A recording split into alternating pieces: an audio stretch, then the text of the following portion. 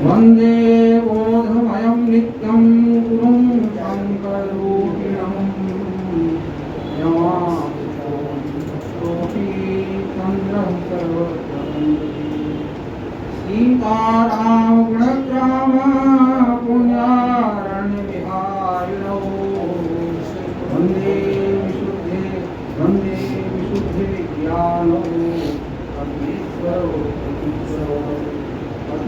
धाम एव शैलाभदेहं धनुजवं कृशान् ज्ञानिनामग्रगण्यं धानं दानरानामधीशं भक्तमन्दातजातं नमामि।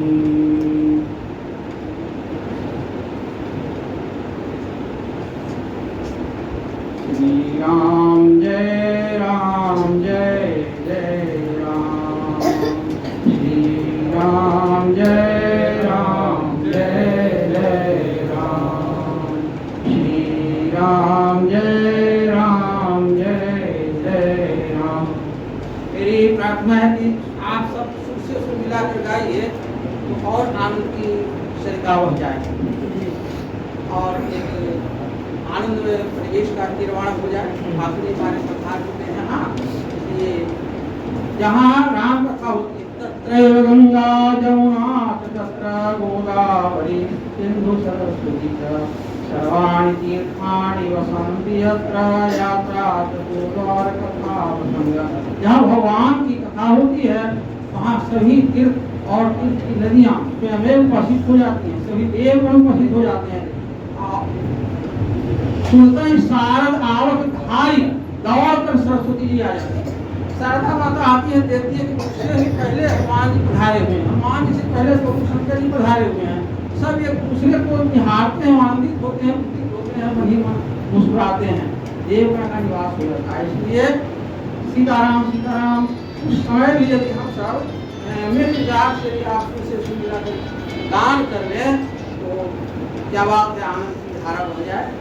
चलिए मैं फिर से आप लोगों के साथ मिलकर मैं गाना चाह रहा हूँ। श्री राम जय राम जय राम, श्री राम जय राम जय राम, श्री राम जय राम जय राम, श्री राम जय राम जय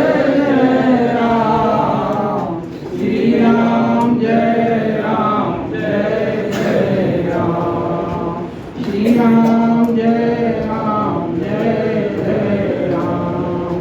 श्री राम जय राम जय राम, श्री राम जय राम जय राम, श्री राम जय राम जय राम, श्री राम जय राम जय राम, श्री राम जय राम जय राम। जय जय वीर हनुमान संकट मोचन कृपानिधान, सियावर रामचंद्र की जय, पवन सुत हनुमान की जय, उमापति महादेव की जय, गोस्वामी तुलसीदास जी की जय, सब भक्तन की जय, सब संतन की जय, सभी आगत अनागत देवगण की जय, विद्वज्जन की जय। जय जय सीताराम। श्रद्धे अध्यक्ष महोदय, श्रद्धे मुख्य अतिथि महोदय, श्री संचालक महोदय, श्री आयोजक संयोजक महोदय, समस्त विद्वज्जन सुधी श्रोताजन सरस भक्ताजन जितने भी समुपस्थित श्रोता हैं, भाई बंधु बांधव हैं, सबको नमन करते हुए मैं आपके बीच में अपना शब्द निवेदित करना चाह रहा हूँ। मेरे पास 20 मिनट का समय है और 5 मिनट तो शिवनाथ के में ही दिए हुए 15 मिनट मेरे पास हैं और कथा क्या सुनानी है तो भरत चरित्र। अच्छा होता यह चरित्र मैं बैठकर सुनता उनके चरणों में। हमारे मुकुंद शर्मा जी सुनाते, हमारे बालेश्वर बाबू सुनाते, हर्षित नारायण सिंह जी सुनाते, श्री रमकार शर्मा जी सुनाते, तो बहुत अच्छा सुनाते और आनंद भी अधिक आता। लेकिन मैं उनके सामने केवल दुस्साहस ही कर रहा हूँ। तो भरत चरित्र जी के बारे में कहना है। भरत जी के चरित्र के बारे में एक बार सुनैना जी ने पूछा राजा जनक जी से, पति देव राजी आप बताइए भरत जी का चरित्र कैसा है। अब क्यों कर्तव्य विमूढ़ हो गए। राज जनक जी कहते हैं मैं तो नहीं कर सकता, मेरे बस से अलग ही बात है। अच्छा ठहरो, मैं रामचंद्र जी से पूछता हूँ। तो रामचंद्र जी से पूछने के लिए चले गए। विदेहराज जी पूछते हैं, रामचंद्र से पूछते हैं। रामचंद्र जी कहते हैं कि मैं भरत के चरित्र के बारे में अनुभव तो करता हूँ लेकिन कह नहीं सकता। मूक मधुर अनुभव शब्द आया है, मूक मधुर अनुभव। जैसे कोई मूक व्यक्ति गुंगा व्यक्ति गुड़ खा ले, शहद खा ले, खीर खा ले और उसे स्वाद कैसा लगा तो बेचारा गुंगा कह नहीं सकेगा, वो खा नहीं कर सकेगा। लेकिन उसका हृदय जो आनंदित है कैसा स्वादन करके होता वह तो उसका हृदय ही जाने। इस तरह राम जी कहते हैं कि भरत जी का चरित्र मैं अनुभव करता हूँ लेकिन कह नहीं सकता। भरत ही चरित अथाह जलराशि मुनिमति धीर ठाढ़ अवलासी। अब मुनि वशिष्ठ की बात है। मुनि वशिष्ठ जी का चरित्र का बखान करना चाहते हैं तो मुनि वशिष्ठ जी क्या अपने आप इस तरह से स्मरण पाते हैं।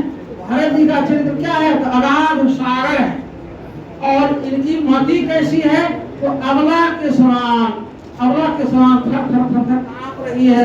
उनके चरित्र उनकी सागर के तीर पर खड़ी हो पार करना चाहती है उनकी मति रूपी अबला, लेकिन थर थर थर कांप रही है, जा नहीं सकती। सागर तीर पर खड़ी अबला सी ऐसी वशिष्ठ की मति कांपती दिखाई पड़ती। अब देखिए राजा दशरथ क्या कहते हैं उनके चरित्र के बारे में। राजा दशरथ वर्णाश्रम राजा दशरथ जी ने कौशल्या के कान में कहा, अहे कुलदीपा। भरत जी क्या है तो कुलदीपक, कुलदीपा यह भरत मेरा क्या है कुलदीपक। कुलदीपक की शब्द में सूर्य वंश के सूर्य राजा महाराजा दशरथ प्रयाण कर रहे हैं स्वर्गधाम, सूर्यास्त हो रहा है और जो मणि है सूर्यकुल के मणि रघुकुल मणि रघुवंश मणि राम जी वन सिद्धार्थ वन चले गए तो अंधकार छा गया है। इसलिए रघुकुल दीपा और भरत जी ही दीपक के समान है। कुल दीपक उसे कहते हैं जो 7 पीढ़ियों तक तार दे, 7 पीढ़ियों तक वैदिक कर्तव्य करके जो पितृ ऋण गुरु ऋण मातृ ऋण ऋषि ऋण आदि से संपन्न होकर के जो तार दे उनको वह पुत्र कुल दीपक कहलाता है। तो कुल दीपक भरत जी को कहते हैं राजा दशरथ। कौशल्या जी क्या कहती है दशरथ के बारे में, हम सबों के लिए जीवन का आधार ही हो जैसे एक माली नावी छोटी सी नौका लेकर सागर में डूब रहा चल पड़ा। तुलसीदास जी क्या कहते हैं, तुलसीदास जी भी कुछ तो जरूर कहेंगे। राग सुराग की गाढ़ता गाढ़ हम लोग खूब जानते हैं, सब आदमी ग्रामीण परिवेश से आए हुए हैं। इसलिए गाड़र घास को जानते हैं, तो भूल गए हैं शहरी जीवन में आकर के उनको मैं कहता हूँ लंबा लंबा सूखा से थोड़ा मोटा मोटा घास है, और कमर भर ऊंची होती है, ज़्यादा बड़ी भी नहीं होती है, ज़्यादा मोटी भी नहीं होती है, बस उंगली से थोड़ी सी मोटी है, तार से कुछ मोटी होती है, गहरे हरे रंग की होती है, अब प्रायः बरसात के दिनों में अधिक वो होती है। उस घास को तुलसीदास ही कहते हैं, थोड़ा मार्मिक वचन है, इस पर मेरे बंधुजन विशेष ध्यान दीजिएगा।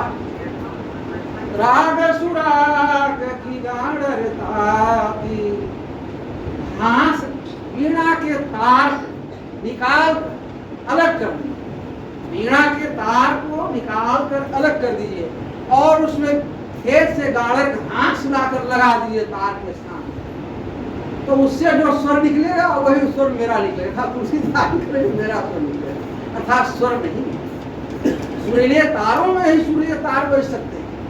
वेदों ने भरत की महिमा गाई, शास्त्रों ने गाई, काव्यों महाकाव्यों ने गाई, ऋषि मुनियों ने गाई, सबों ने गाई, मैं क्या कर सकता हूँ? तुलसीदास जी कहते हैं, तुलसी वचन है, मैं क्या कर सकता हूँ?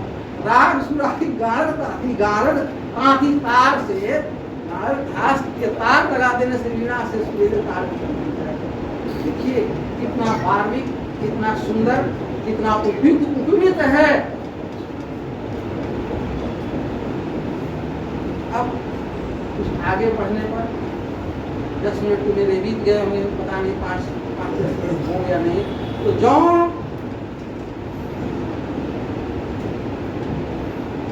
अनिति भाखों कछु भाई उमरी पर जो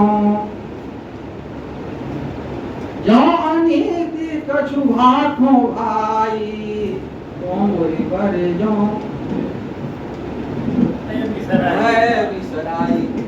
यदि मैं अतिक्रमण करूं समय सीमा का या कर्तव्य के अंतराल में कुछ अनुचित शब्द कह दूं, तो आप सब गुरुजन हैं, सुधीजन हैं, आप सब मुझे क्षमा करेंगे और मेरे अतिक्रमण को भी यदि क्षमा कर दें तो अच्छी बात है, और नहीं तो मैं अनुशासित होकर अनुशासन मानकर मैं अपना काम करूँगा। मेरे पास मात्र 10 मिनट बच रहे हैं, 10 मिनट में 10 प्रसंग भरत चरित्र में कहूँ तो कुछ बात पूरी हो जाए।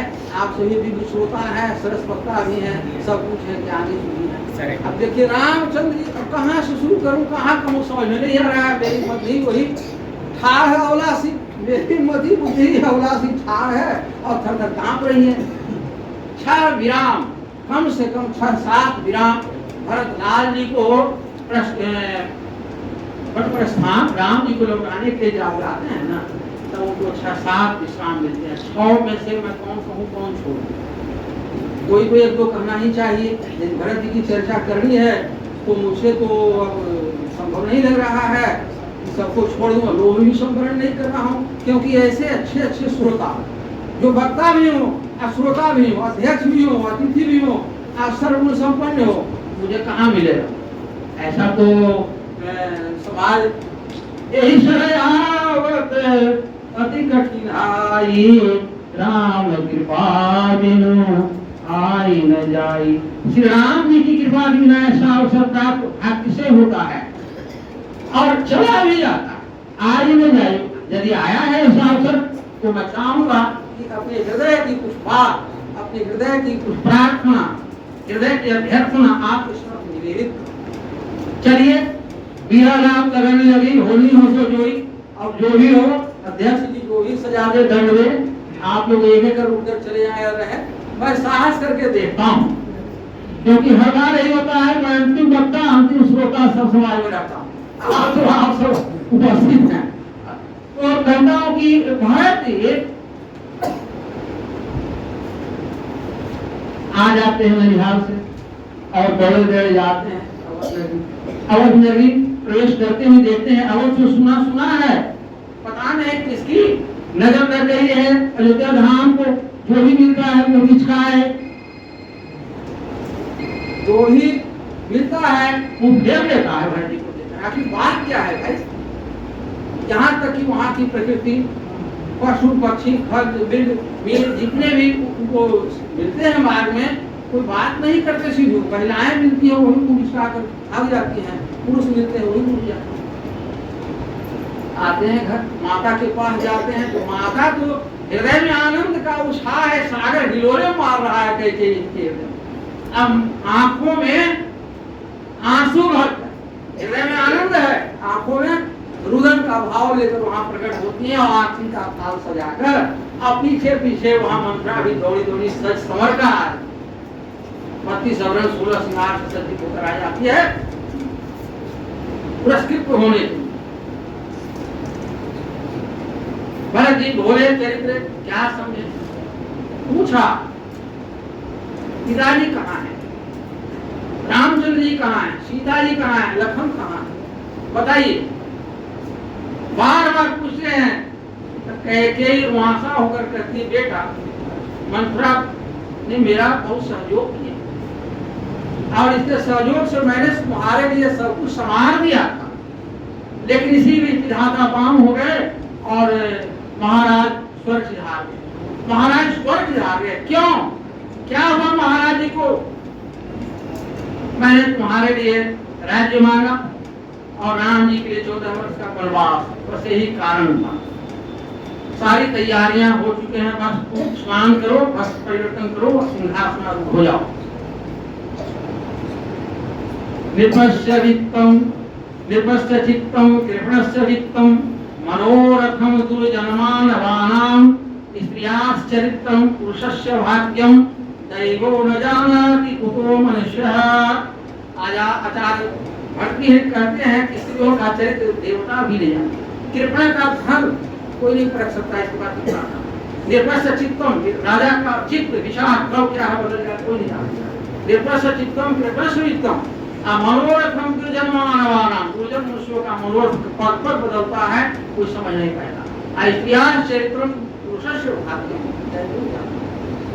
अभी भीतर भीतर आनंदित है कैकेयी और ऊपर पर आंसू बहा रही है, तो वही हाल मंत्रा की कहा कि माँ परमागत उड़ भई न पीड़ा अगरई न जीभ परई मुख में कीड़े क्यों नहीं पड़ गए परमागते।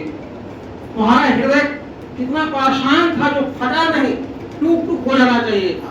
माँ तुमने यह क्या कर दिया, पेड़ को काट कर पत्ते को तुम सींचने चली हो, राम नहीं पिताजी सुरपुर चले गए, आप तुम कहती हो 10 गात्र कर्म किए बिना इस हरी छूतक में तुम मुझे वैदिक कर्म करने के लिए और सिंहासन पे विराजमान होने के लिए यह नहीं हो सकता। अपने मुंह में तो स्याही, मेरे मुंह में तो तुमने स्याही पोत ही दी, अपने मुंह में अच्छा होगी स्याही पोत कर का काजल लगाकर मेरी नजर से दूर हो जाओ। कटु वचन भरत जी के मुख से निकले, प्रलाप है और इसमें कह रहे हैं उनका हृदय को व्यथित हो रहा है, विरह की आग में धूप धूप जल रहे हैं। भरत लाल जी और माता अपने से वचन बात भूत दिवस मतवारे ये नहीं को नहीं वचन संभाले। जो विवश हो, परवश हो, बात वाचाल हो, जो मद्यप हो, ये संभाल कर बोलने में असमर्थ होते हैं। भरत जी का चरित्र इतना उज्जवल निष्कलंक चंद्रमा, निष्कलंक चंद्रमा में ही कलंक है, लेकिन भरत जी के चरित्र में वो कलंक है ही नहीं। माता को साफ कर रहे हैं, विवश है, व्यथित है, इसे प्राप में ऐसा वचन कह देते, प्रकटीकरण उनके मुख से हो जाता है। अब दौड़े दौड़े जाते हैं वहां, हाँ पिटाई उठाई लगी, मंत्रा दंडित हुई, छोड़ देता हूँ आगे चलता हूँ। फिर कौशल्या के भवन में गए और कौशल्या की गोद में सिर रहकर रात भर रोते रह गए। कौशल्या भी आंसू बहाती लगी और भरत जी भी रोते रहे, रात आंखों में प्रातःकाल होते ही गुरु जी के पास संदेश पहुंच गया और वशिष्ठ मुनि पधारे। वशिष्ठ मुनि आते ही कहते हैं कि सर्वप्रथम तुम्हारा कर्तव्य है 10 गात्र कार्य करना। और 13 दिन को महाराज जी के श्राद्ध में ही लग जाएंगे, इसलिए पहले वही कार्य करो। उसके बाद 10 गात्र क्रिया के उपरांत काम क्रिया के बाद जब भरत जी स्थिर हुए और सब लोग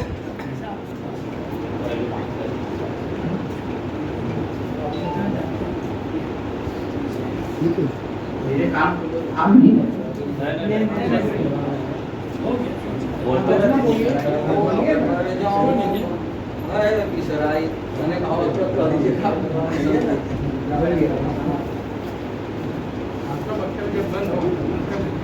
भरत जी कहते हैं कि अब मेरे लिए कर्तव्य क्या है। मुनि वशिष्ठ कहते हैं कि आपके लिए कर्तव्य है पहले 10 गात्र कार्य कर, क्योंकि पिता का जो मृतक शरीर है पकड़ा हुआ है घर में, और जब तक मृतक शरीर का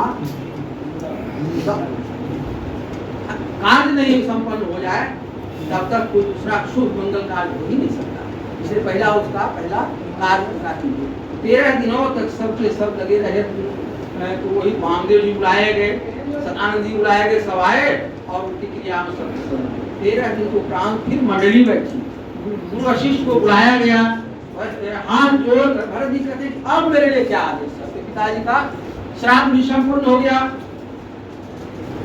सबके सब दान दक्षिणा लेकर अपने अपने घर से आ गए, देवलोक भी चले गए, मेरे पिताजी भी देवलोक चले गए। अब मेरे लिए क्या आदेश है कहिए। कहते हैं कि आदेश तुम्हारे लिए तो पिताजी करके गए हैं, तुम राज्य सुख भोगो और आज चलो। भरत जी कहते हैं गुरुदेव आपका आदेश तो श्रद्धार्थ है, लेकिन मैं एक बात पूछना चाहता हूँ, बालक की बात ही आप बताइए। ग्रह से ग्रसित कोई आत्मा अंग अंग बांध व्याधि जकड़ी हुई है, जेठिया अंग गांठ रोग है, और ऊपर से उसको वारुणी पिला दिए, शराब पिला दी, मद्यपान करा दी, तो वो व्यक्ति मरेगा जिएगा। तो मैं तो ऐसे ही ग्रह व्यक्ति को और ऊपर से आप राज मत देना चाहते हैं, राज मधु की वारुणी पिलाना चाहते हैं, या तो मैं जी नहीं सकता। यदि मेरे जीवन के लिए आप कुछ करना चाहते हैं तो दूसरा आदेश की अथवा मुझे करें। जब तक रामचंद्र जी के का दर्शन न हो जाए तब तक मेरा जीवन सफल नहीं। इसलिए आप लोग वह कार्य कीजिए कि राम जी का दर्शन हो जाए। बस क्या था, तैयारी हो गई और सबके सब राम बलगवन के दिन जो तैयारी थी उसी तरह भरत बलगवन के दिन तैयारी हुई और सब कुछ रथ तैयार हो गया, सब लोग सवार हो गए। भरत जी को कहने लगे कि आप ही रथ पर सवार हुई। भरत जी कहते हैं कि नहीं, हमारे भैया रामचंद्र जी वन में जा रहे हैं पैदल, पथरीले कंकरीले उषाच्छादित वन में, कभी पठार, कभी पर्वत, कभी नदी, कभी झरने, और सबको लांघते हुए फफोले सहित पैरों से जलते पांव धरती पर रहकर जा रहे हैं, सीधा जा रहे हैं, लखनऊ जा रहा है। और मुझे आप कहते हैं रथ पर चढ़ने के लिए, सिर बल जाओ है मति मोरा, सबसे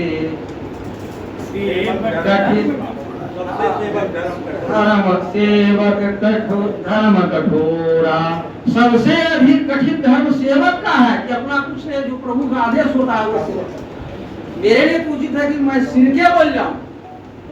जब मेरे भैया रामचंद्र जी नगर पांव प्राण के बिना पैदल पांव बिहड़ पथ पर चल रहे हैं, तो मेरा कर्तव्य है कि मैं सिर के बोल जाऊं। लेकिन अब कहते हैं सब आप सिर के बल जाइएगा, तो जितने आपकी माताएं हैं ये नरनारी अवधपुर के हैं, ये सैनिक सिपाही हैं सहस्त्रों की संख्या में, मुनि वशिष्ठ है और बहुत सारे मुनि जी है, वामदेव जी है, सदानंद जी है। ये कितने दिन में हम लोग पहुंचेंगे? तब तक हम लोग एक विश्राम पार करेंगे तो 4 विश्राम चले जाएंगे, 4 विश्राम भावेंगे तो 8 विश्राम चले जाएंगे। हम लोग ऐसा कार्य कीजिए कि समय रहते हम लोग उनको आगे बढ़ने से पहले ही उनका दर्शन कर लीजिए और बीच मार्ग में ही उनको हम लोग क्या कर लीजिए, पहुंच जाइए उनके पास, यही उचित होगा। अब सबके आदेश का पालन करके रथ पर विराजमान होते हैं भरतलाल जी और शत्रुघ्न जी वहां की कार्य। तो प्रथम निवास उनका होता है भरत जी का तमसा के तीर पर।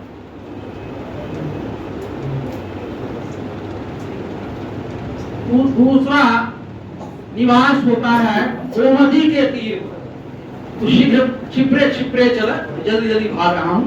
तो दूसरा प्रथम निवास उनका होता है रात्रि विश्राम कहाँ, तमसा तीर पर।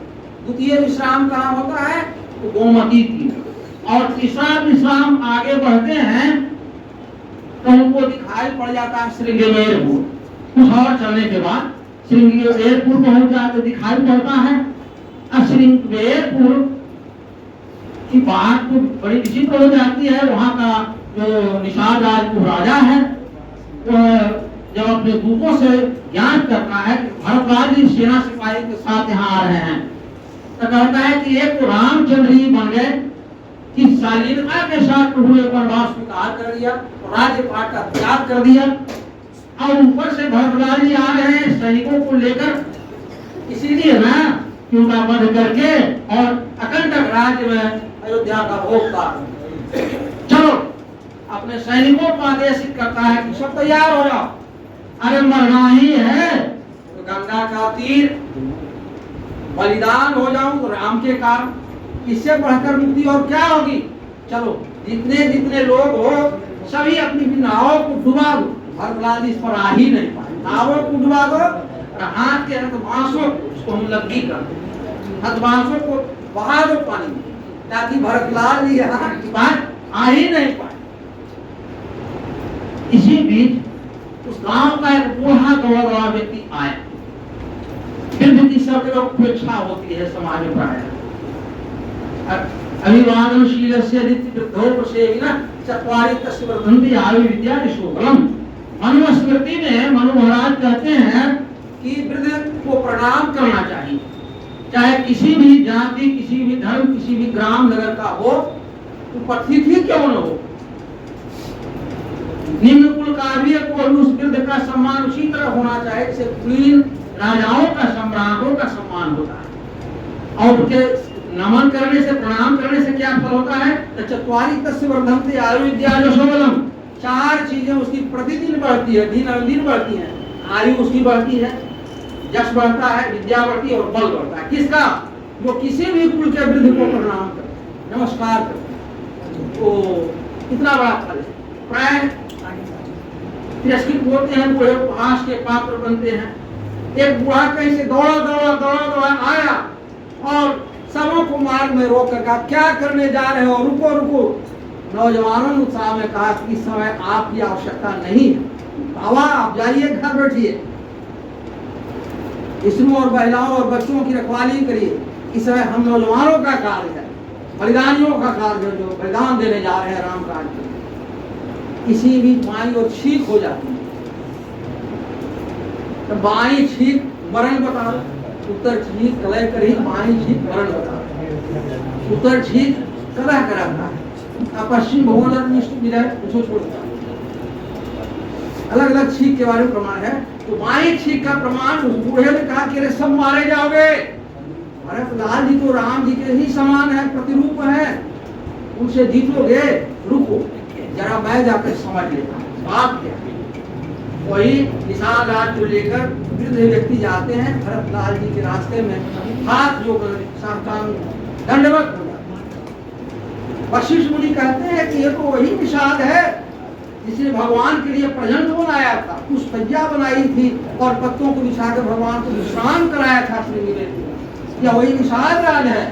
इतना कहना गिरज से कूद पड़े भरतलाल जी और दौड़कर उसे लिपट गए, मानो राम जी ही मिले, मानो लखनलाल जी मिले।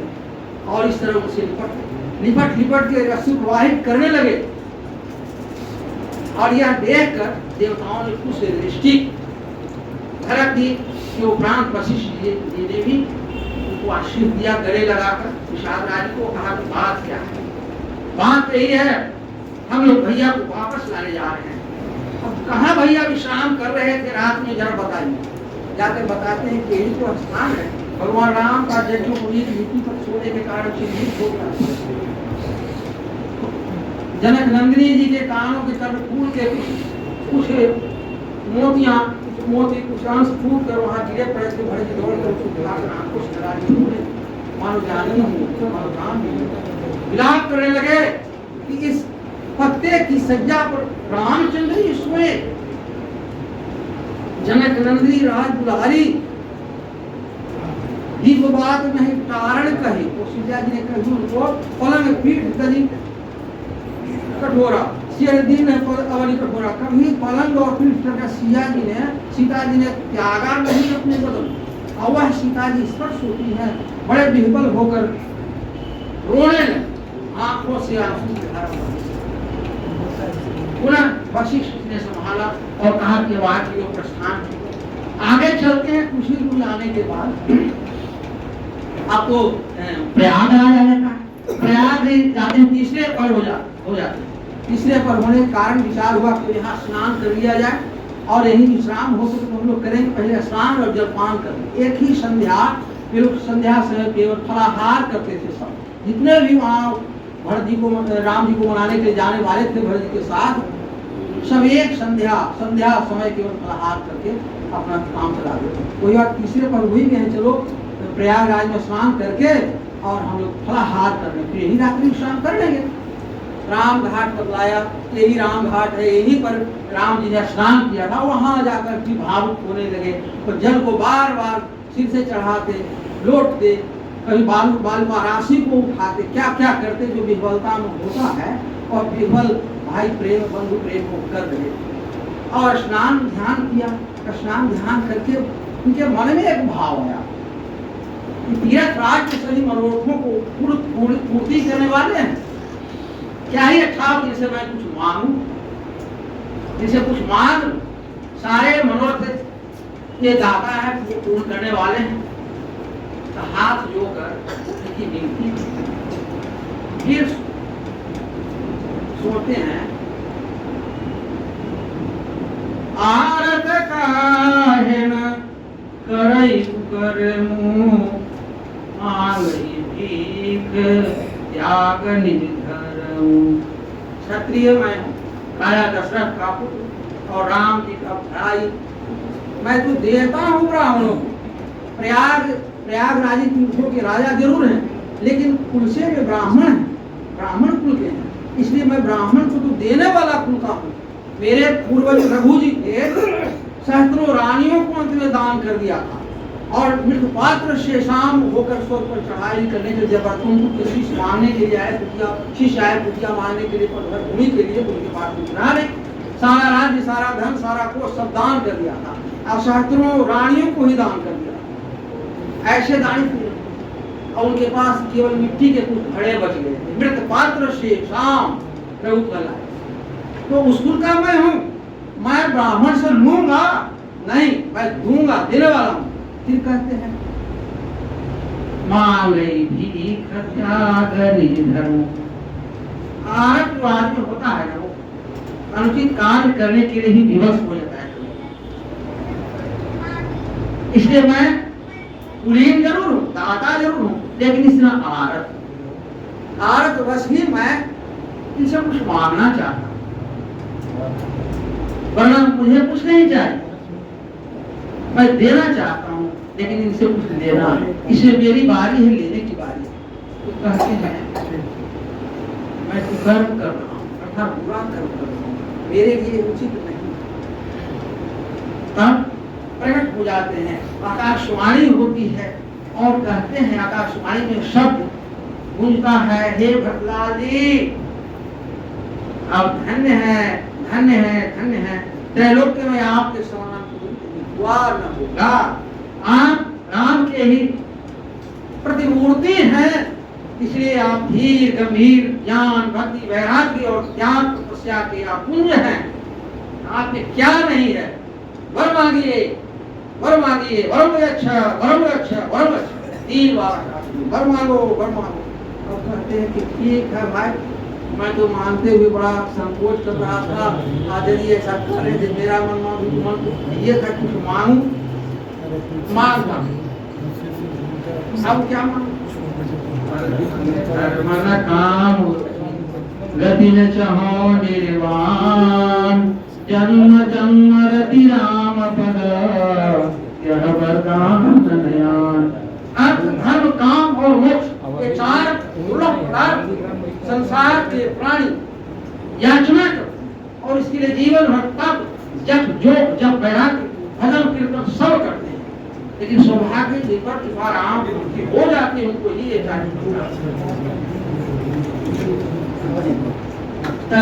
तो कहते हैं कि अर्थ भी तुम छोड़ कर आए हो। हाँ, मैं तो अर्थ छोड़ कर आया हूँ, घर भी छोड़ कर आया हूँ, काम भी छोड़ कर आया हूँ, सब कुछ छोड़ कर आया हूँ, मुझे कुछ नहीं चाहिए, बस जन्म जन्म रति राम पद यह वरदान नयन। मैं जन्म जन्मांतर तक, देखिए शब्द गोस्वामी तुलसीदास कितना मार्मिक है। प्रतिदिन नहीं करे प्रतिदिन मेरा प्रेम हो, दिनानुदिन अनुदिन बढ़े, अनुदिन बढ़े अनुग्रह। आपके अनुग्रह से सीताराम जी के चरणों में प्रीत अनुदिन बढ़े। यहाँ अव्यवहार समास हो जाता है, कभी अंत नहीं होने वाला। देखिए है आज प्रेम है ना पहला दिन, तो कल होकर दूसरे दिन कुछ और बढ़ जाए, तीसरा दिन कुछ और बढ़ जाए, चौथा दिन कुछ और बढ़ जाए, इस तरह तीसरा दिन कुछ और बढ़ जाए। इसी तरह अनुदिन बढ़े, दिन प्रतिदिन नहीं अनुदिन बढ़े अनुग्रह तोरे। आपकी कृपा से राम जी के चरणों में मेरी प्रीत अनुदिन बढ़े, बस यही बने और कोई दूसरा नहीं चाहिए, यही चाहिए। फिर सोचते हैं भरत जी कि ये तो इनसे मैं क्या मांगने जा रहा हूँ। रघुकुल की दो बेटियां यहाँ ब्याही हुई हैं, ये जो ब्राह्मण है सो अलग, दो बेटियों का भी यहाँ ससुराल। सूर्य कन्या यमुना जी का वहाँ विवाह है, यमुना जी विराजती है प्रयाग में संगम। भागीरथ पुत्री भागीरथी जी विराजती, तो दोनों बेटियां रघुकुल के यहाँ ब्याही हुई है और सामने प्रत्यक्ष है। क्या कहेंगी गंगा जी, क्या कहेंगी जमुना जी, इसलिए मैं मांगू तो और हो जाएगा, लेकिन तब तक प्रकट होकर और आशीष वचन के रूप में वर के रूप में और प्रयागराज में उनको वर देते हैं। आप धन्य हैं आप। अब गंगा पार करने के बाद याज्ञवल्क्य भारद्वाज याज्ञवल्क्य शिष्य भारद्वाज जी का आश्रम ऊपर दिखाई पड़ता है। अब सबको लिए हुए मार्ग प्रशस्त करते हुए बताते हुए केवटराज के साथ जा रहे हैं। पीछे पीछे भरत जी कभी रख कर आते हैं, कभी उतरते हैं, कभी दौड़ते हैं, कभी लौटते हैं, कभी उनका लगता है कुछ चिन्ह जैसा है तो वहाँ सिर पर लगाने लगते हैं। बाबरों की भांति पागलों की भांति इस तरह दौड़े दौड़े जा रहे हैं। भारद्वाज ऋषि को ज्ञात होता है कि आ रहे हैं भरतलाल जी, तो पहले ही स्वागत में उपस्थित हो जाते हैं। रात्रि विश्राम उनका होता है। तो रात्रि विश्राम कैसा विचित्र होता है, जितने भी वहाँ उपस्थित जन समुदाय रात्रि विश्राम करते हैं वहाँ सबके लिए अलग अलग शयन कक्ष है, विश्राम गृह है, नर्तकियां हैं, दास दासियां हैं, अप्सराएं हैं, तरह तरह के व्यंजन सुस्वादु व्यंजन भरे पड़े हैं और जितने भी भोग रस भोग हैं। जब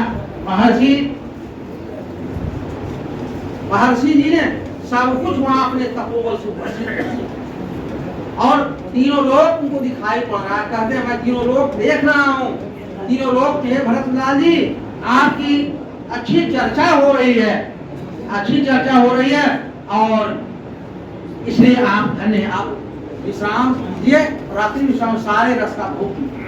लेकिन भरत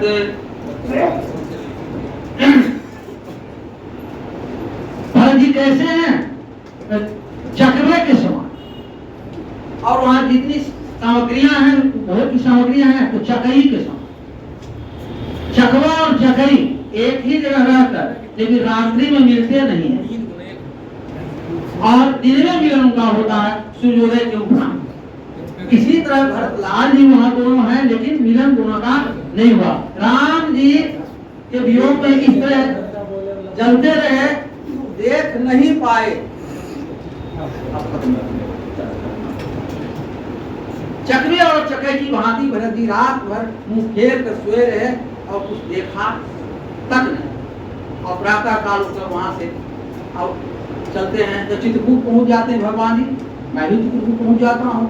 चित्रकूट पहुंच गए तो चित्रकूट पहुंचने से पहले लखन लाल जी की त्योरी चढ़ भारत आ रहे हैं धनुष्मान लेकर सैनिक सिपाही के साथ तुम्हार गया। मैं ब्रह्मा जी विष्णु जी और सभी देवता स्वर्ग के आ गए भरतलाल की रक्षा के लिए। तो भी मैं आज भरतलाल के प्राण की रक्षा हो नहीं सकी, मैं उसका पद करूंगा। राम जी कहते हैं लखनलाल सुन, पहले सुन तो लो। कहते नहीं, इस समय में आपकी बात कहते सुनो। अरे भरत होय की राज मद बिली हरिहर पद पाय अकमोगी कानी सी कहनी धीर सिंधु। छोटे से सितुए से क्या समुद्र के जल में उठा जा सकता है? भरत को होय राजमद, भरत मुझे जानता है, मैं भरत को जानता हूँ, उसको राजमद हो ही नहीं सकता। लखनलाल जी कहते हैं राजमद तो अपने कुल में शिवी को हुआ, बेलू को हुआ, किनको राजमद हुआ और राजमद भरत जी को नहीं होगा। कहते हैं कि नहीं भाई, राजमद नहीं हो सकता है। इसी बीच बात हो ही रही थी। मुनियों की मंडली में विराजमान थे, जैसे ज्ञानियों के मध्य में भक्ति सदैव सच्चिदानंद रूप में विराजमान है। और ये दौड़े जाते हैं पानी पानी गोसाई भूतल पर लकुट की खाई। पानी नाथ का पानी गोसाई पार माम कहकर भरत जी राम जी की जो कुटिया थी उसके आगे जाकर आराम से गिर पड़े। कैसे? भूतल पर लकुट की नाई से लाठी हाथ से निरलंब होकर गिर जाती है, वैसे भरत जी गिर गए। और भरत जी को गिरता देखकर राम जी भी दौड़े और धनुष बाण पट पीताम्बर छोड़कर दौड़ गए। राम जी ने भरत जी ने भी काम क्रोध मोह लोभ सब त्याग कर अर्थ धर्म काम चारों वस्तुओं को त्याग कर वहां पर प्रस्थान किया थे। राम जी ने भी इसलिए धनुष को, बाण को, निखंग को, नीर को और पट पीताम्बर को त्याग कर चला। पट कहता है कि तुम क्यों यहाँ रह गए, तुम ही तो जाते। कहता भाई तो भाइयों के प्रेम मिलन में मैं बाधक क्या हूँ, मैं उसके शरीर पर रहूंगा तो दोनों का हृदय आनंद कैसे होगा, इसलिए मैं यही रहूंगा। प्रेम बोले राजा रामचंद्र की जय, शंकर भगवान की जय, भैया भगवान जी की जय, तुलसीदास जी की जय, सौ संतन की जय, सौ भक्तन की जय, सौ भक्तन की जय। श्री राम जय राम जय जय राम, श्री राम जय राम जय जय राम, श्री राम जय राम जय जय राम, श्री राम जय राम जय जय राम, श्री राम जय राम जय जय राम, श्री राम जय राम जय जय राम। धर्म की अधर्म का प्राणियों में विश्व का गौ माता की, भारत माता की, श्री राम चरित मानस जी महाराज की जय।